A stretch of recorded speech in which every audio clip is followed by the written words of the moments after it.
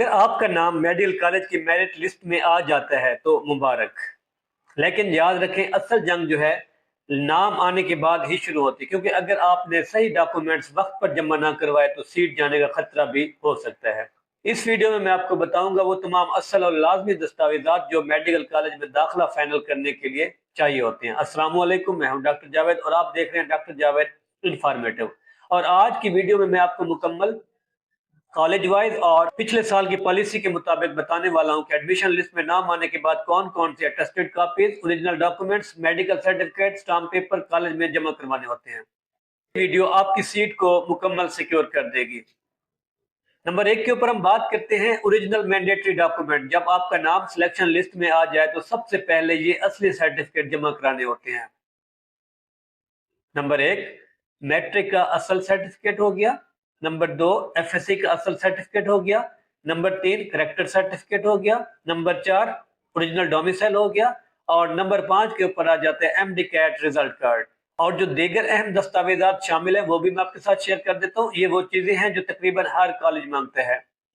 Father یا guardian کا سی N آئی سی، passport size تصویر، حافظ کوٹا سرٹیفکیٹ اگر آپ نے حافظ والے کوٹے پہ اپلائی کیا ہوا ہے، ہر چیز کی 6 سے 7 اٹیسٹڈ کاپیز۔ کالج عام طور پر 2 سیٹ لیتا ہے، لیکن زیادہ بہتر ہے کہ آپ 6 یا 7 کاپیز اٹیسٹڈ کرا لیں۔ نمبر 3 کی اگر ہم بات کریں تو وہ کون سی چیزیں ہیں جو پبلک کالجوں میں سب سے زیادہ ضروری ہیں۔ نمبر 1 شیورٹی بانڈ ہو گیا۔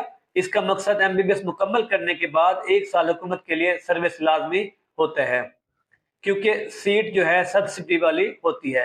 اب انڈر ٹیکنگ اسٹامپ پیپر پر ایک حلف نامہ کے تمام ڈاکومنٹس درست ہیں اور کالج کی جو پالیسی ہے اس کو فالو کریں گے۔ نمبر 4 کے اوپر میڈیکل ریکوائرمنٹس میں کیا کیا چیزیں ضروری ہیں۔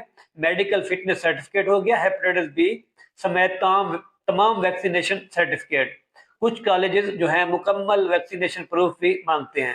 اگلے پوائنٹ کی بات کریں، admission cell, admission call letter and fees. College کی ویب سائٹ سے admission call letter download کرنا ہے، فیس جمع کروانی ہوتی ہے۔ ہر کالج کی جو فیس ہے وہ مختلف ہوتی ہے۔ اگر ہم کالج ایڈمیشن فارم کی بات کریں، ہر کالج کا ڈیٹیل ایڈمیشن فارم ہوتا ہے جس سے مکمل فل کر کے تمام ڈاکومنٹس کے ساتھ جو ہے جمع کرانا ہوتا ہے۔ اگر آپ یہ تمام ڈاکومنٹس وقت پر تیار کر لیتے ہیں تو آپ کا جو داخلہ ہے 100% سیکیور ہو جائے گا اور آپ بے فکر ہو کر M B B S B D S کی اپنی نئی زندگی شروع کر سکتے ہیں۔